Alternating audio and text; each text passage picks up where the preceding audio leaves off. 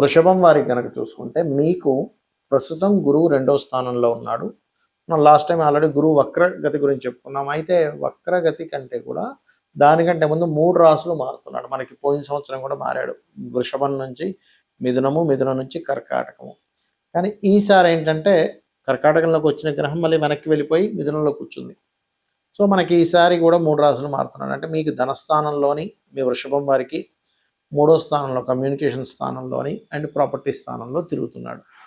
So దీనివల్ల మీరు తీసుకోవాల్సిన జాగ్రత్తలు ఏమిటి? అదేంటంటే గురువు మంచి గ్రహమే కదా అంటే సహజంగా మంచి గ్రహమే, కానీ గురువు ఈసారి సంవత్సరానికి గురువు రాజవుతూ గురువు యొక్క స్వరూపం మారింది. ఇది ప్రధానంగా గుర్తుపెట్టుకోండి. ఇది చాలా చాలా ఇంపార్టెంట్ విషయం. అయితే దీని మూలంగా దేశకాల పరిస్థితులు ఎటువంటి వస్తాయి, మీ రాశి వారికి ప్రధానంగా ఎటువంటి విషయాల్లో ఏ డేట్ నుంచి ఏ డేట్ వరకు ఎటువంటి జాగ్రత్తలు తీసుకోవాలి అనేటువంటి అంశాలు చెప్తుంది నేనైనప్పటికీ చెప్పిస్తుంది సాక్షాత్ లలిత అమ్మవారిగా భావిస్తూ. ప్రధానంగా ఇక్కడ మీరు గమనించినట్లయితే జూపిటర్ ఎప్పుడైతే 2nd హౌస్లో ఉన్నాడో, సహజంగా 2వ స్థానంలో గురువు ఉంటే ఏంటి ఫైనాన్షియల్ గ్రోత్ ఇస్తాడు. కానీ ఎప్పుడైతే ఈ గురువు యొక్క స్వరూపం మారిందో, రాహు శని ప్రభావం పడిందో గురువు మీద, ఇది కుటుంబ సభ్యులతో బంధువర్గం వారితో ఈ ఫైనాన్షియల్ మ్యాటర్స్ వలననే కొంత గొడవలు పెరుగుతూ ఉంటాయి. గుర్తుపెట్టుకోండి గురువు 2లో ఉన్నంతకాలం. ఎప్పుడైతే మీకు ఈ జూన్ 2వ తేదీ నుంచి 3లోకి వెళ్తాడో, ఇక్కడ మీరు తీసుకోవాల్సిన జాగ్రత్త ఏమిటి? జూన్ 2 నుంచి నవంబర్ 1వ తేదీ వరకు, అంటే అక్టోబర్ ఎండింగ్ వరకు దాదాపుగా మీరు తీసుకోవాల్సిన ముఖ్యమైన జాగ్రత్త, ఒక మాట మాట్లాడడం మూలంగా ఏదైనా మనస్పర్ధలు వస్తాయా? అది కూడా పర్టికులర్గా ఏదైనా ప్రయాణం గురించి, ల్యాండ్స్ గురించి, తల్లిగారి గురించి, ఒక ఎమోషన్ విషయాన్ని మనం ఏదో ఏదో చాలా చిన్నగా తీసుకుని మాట్లాడేస్తున్నామా అనే విషయాన్ని మీరు చాలా జాగ్రత్తగా ఉండండి.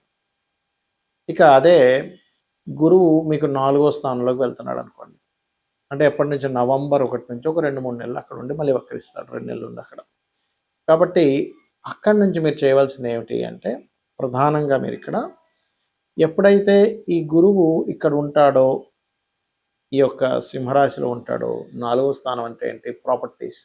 అది కూడా ఎటువంటి ప్రాపర్టీస్?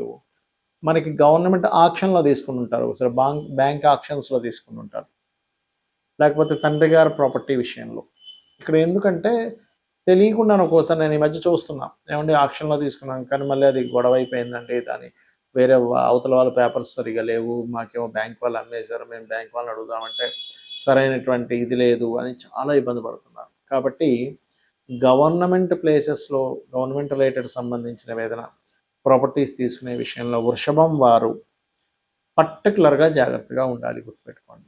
మరి వీటి నుంచి ఇబ్బంది మీకు తగ్గాలి అంటే పర్టికులర్గా మీరు నవగ్రహాలలో శని, రాహువు, కేతు, గురు ఈ 4 గ్రహాల దగ్గర దీపారాధన, వారాహి అమ్మవారి అష్టోత్తరం. ఒకవేళ ఏమండి మేము ఆల్రెడీ ప్రాపర్టీ పెట్టేసి అక్కడ చాలా ఇబ్బంది పడుతున్నాం అనుకునేటువంటి వారు సాయంత్ర సమయంలో వారాహీదేవిని స్మరణ చేయండి, దీపం వెలిగించుకొని ఓం వారాహీదేవి అయిన మహాని వారాహి అష్టోత్తరం చదవండి, ఖచ్చితంగా మీకు బాగుంటుంది.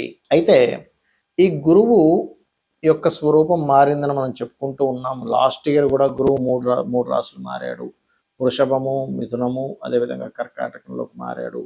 ఈసారి మిథునము, కర్కాటకము, సింహం అంటే ఏం లేదు, మరి కర్కాటకంలోకి వచ్చాడు కదండి, మళ్ళీ వెనక్కి వెళ్ళాడు. అలాగే ఈసారి కూడా ఏంటంటే మిథునము, కర్కాటకము, సింహంలోకి వచ్చినటువంటి గురువు మళ్ళీ వెనక్కి వెళ్ళి మళ్ళీ కర్కాటకంలో సెటిల్ అవుతాడు. కాకపోతే ఎప్పుడైనా గుర్తుపెట్టుకోండి, 3 రాసులు మారిన గురువు విపత్తుల్ని క్రియేట్ చేస్తాడు ఎక్కువగా. అంటే అది ప్రశాంతంగా ఉండనివ్వడు. మీరు చూడండి లాస్ట్ ఇయర్ మారినందుకు మనం చూస్తూనే ఉన్నాం. ఆల్రెడీ ఉగాది వచ్చే ముందు అంతా యుద్ధాలని, గందరగోళాలని, గొడవలని ఎలా ఇచ్చాడో ఇది కూడా సేమ్ రిపీట్ అవ్వబోతుంది. అంటే దీన్ని బట్టి మనం అర్థం చేసుకోవాల్సింది ఏమిటి? ఈ గోచారంలో ఉండేటువంటి ఈ గ్రహాల యొక్క స్థితిని బట్టి మనకు మహర్షులు ఏం నేర్పిస్తున్నారు అంటే ఫ్యూచర్ ఇలా ఉండబోతుంది కాబట్టి నువ్వు ఇలా ప్లాన్ చేసుకో. అంటే ఇప్పుడు మనకు చూడండి యూట్యూబ్లో వాటిలో యుద్ధం ఆగిపోయింది అని పెడతాడు, మళ్ళీ వెంటనే యుద్ధం ఆ స్టీమర్ మీద ఏదో బాంబు వేశారట, ఈ ఎయిర్పోర్ట్ మీద బాంబు వేశారట అంటూ ఉంటారు. దీని గురించి ఆల్రెడీ నేను ఒక 2 నెలలు 3 నెలల క్రితమే చెప్పాను. ఏమంటే యుద్ధాలు వస్తాయి, ఆగుతున్నట్టు అనిపిస్తాయి కానీ ఆగవు.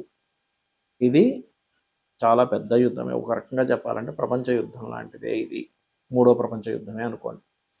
ఎందుకు అంటే ఇక్కడ జూపిటర్ ఎప్పుడైనా మూడు రాసులు మారుతున్నప్పుడు ప్రాణ నష్టం అధికంగా జరుగుతుందని చెప్పారు. అందులో ప్రత్యేకంగా మనకి చెప్పినటువంటి విషయాల్లో ఈసారి గురువు రాజు అయినందుకు, గురువు రాజై మనకి ఎప్పుడైతే మిథున రాశిలో సంచారంతో ప్రారంభమైనందుకు, మిథున రాశి అనేటువంటిది ఇద్దరు మనుషుల్ని చూపిస్తుంది, అది స్త్రీ పురుషుల్ని. కాబట్టి దీనివల్లనే మనకి గొప్ప గొప్ప వాళ్ళు కొంత వాళ్ళ సీక్రెట్ లైఫ్స్ బయటపడటము, వాయువులో ఒక రకమైనటువంటి ఇబ్బంది రావడము, యుద్ధం మూలంగా మనకి శాస్త్రాల్లో చెప్పింది ఏంటంటే 7 కోట్ల మంది జనాలు నశిస్తారు అనేటువంటిది ఉంది.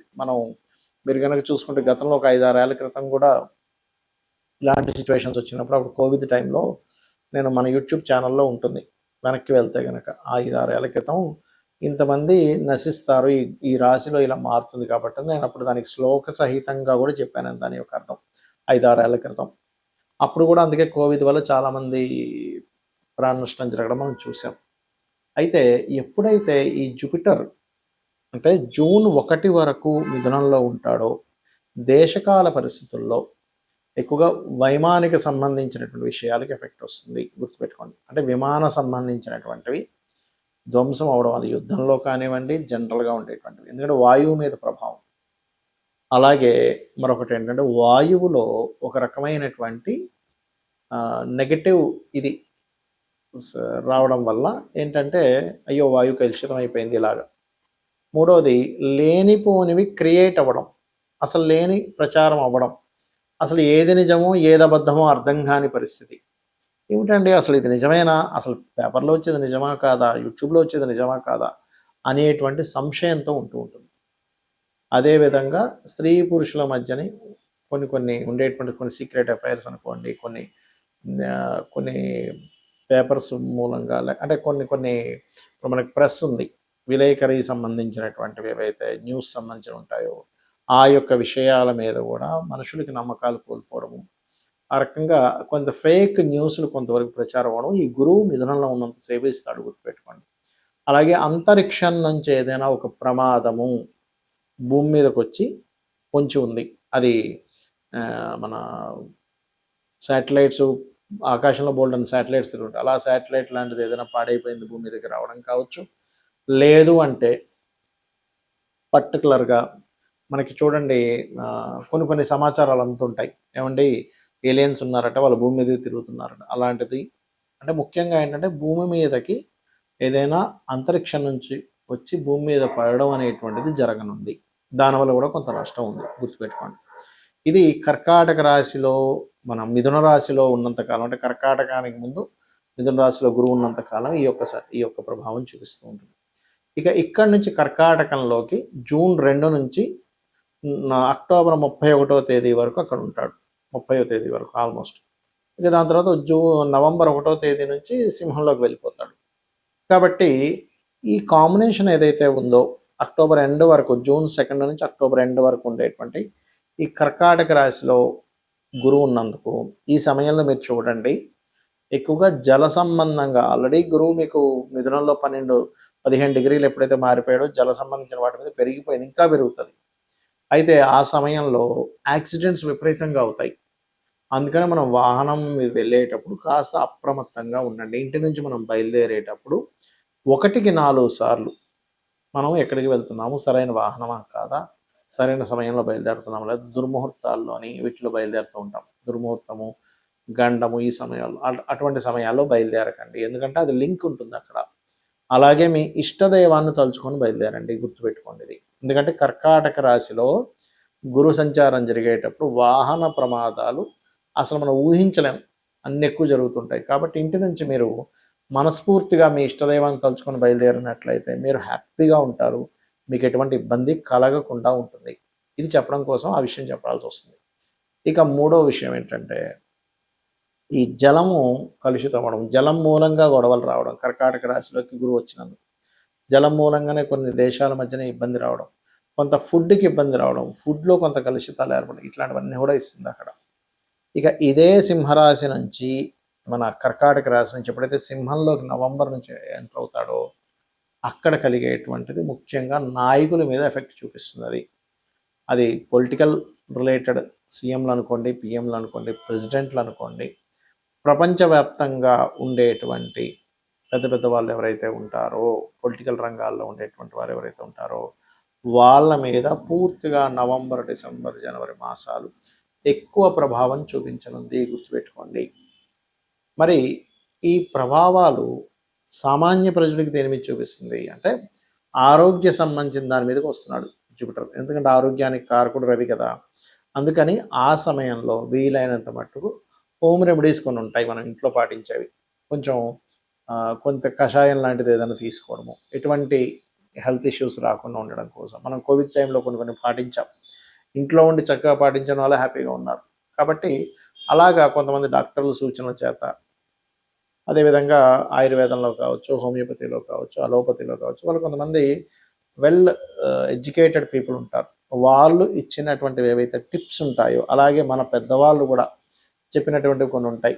ఇటువంటి విషయాల్లో కొంత జాగ్రత్తగా ఉండాలి. అయితే ఇక్కడ ఈ 2-3 నెలల పాటు అంటే నవంబర్ నుంచి డిసెంబర్, జనవరి ఈ టైంలో పర్టికులర్గా ఇది సంతానం మీదనే ఎఫెక్ట్ చూపిస్తూ ఉంటుంది. అయితే ఇక్కడ ఏంటంటే ఎవరైనా ఐవీఎఫ్లు, ఐయుఐలు చేయించుకునేవారు కాస్త జాగ్రత్తగా ఉండాలి. అదేవిధంగా మరొక విషయం ఏంటంటే ఇక్కడ మీరు గమనించినట్లయితే మీరు వాతావరణంలో మీరు గమనించండి. యాక్చువల్గా నవంబర్ మాసాన మనకేంటి చలి బాగా ఉండాలి. కానీ ఆ టైంకి ఏమవుతుంటుందంటే చలితో పాటు తెలియని ఎండలు కూడా వస్తాయి ఆ టైంలో. ఇదేమిటండి ఎంత ఈ చలికాలం ఇంత ఎండ ఉందేంటి అనిపిస్తూ ఉంటుంది. కాబట్టి నేను చెప్పినటువంటి పరిహారాలు ప్రధానంగా చండీ వినడం, చండీ పారాయణం చేయడం, లలితా సహస్రనామాలు వినడం, మీ ఇష్టదైవాన్ని స్మరించుకోవడం చేయండి. అన్ని విధాలా బాగుంటుంది. శ్రీమాత్రే నమః.